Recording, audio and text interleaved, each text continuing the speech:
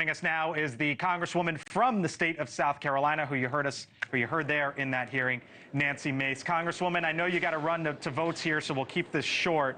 Did you learn anything today up there on the Hill, and what do you think happens next? We didn't learn a single thing because the director, Kim Cheatle, showed up either unprepared or unwilling to answer any of our questions. She couldn't even answer the question of what number of agents were on the ground at the rally that day on behalf of the Secret Service protecting Donald Trump. And what you saw today, as you rightly pointed out early in the program, is that this was a unifying moment for America today because members of both sides of the aisle, Democrats and Republicans alike, called for her resignation, as we all should. So what's the way forward here? Because on one side of the spectrum, you know, you got Donald Trump, who it felt like was firing someone every other Friday during his administration. Joe Biden, who doesn't really fire anyone. So I think that's probably not the expectation. Do you think Democrats will go to the president and say, Mr. President, we need you to get rid of her? Do you think she will resign? Is impeachment the way forward? What is it, Congresswoman?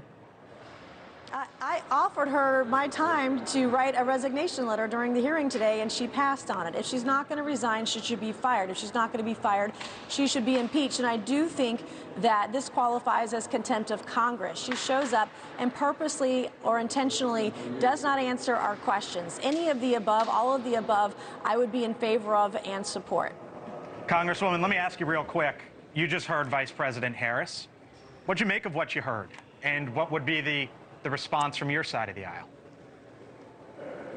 Well, certainly, I don't believe it really matters who Democrats put on the top of the ticket. She has been a part of the cover-up, covering up how bad and how dire the situation has been of Joe Biden's mental decline, his diminished capacity as an individual, his mental acuity has all gone downhill very fast over the last year or two. And she's a part of the problem. She's been part of this cover-up.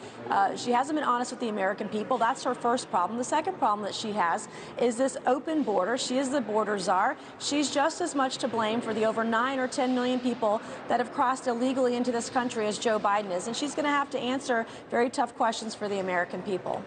Congresswoman Nancy Mace, running to votes that are starting in just a few minutes here in Washington. We appreciate the time. Thank you, Congresswoman, for being back here on the Hill. Thank you.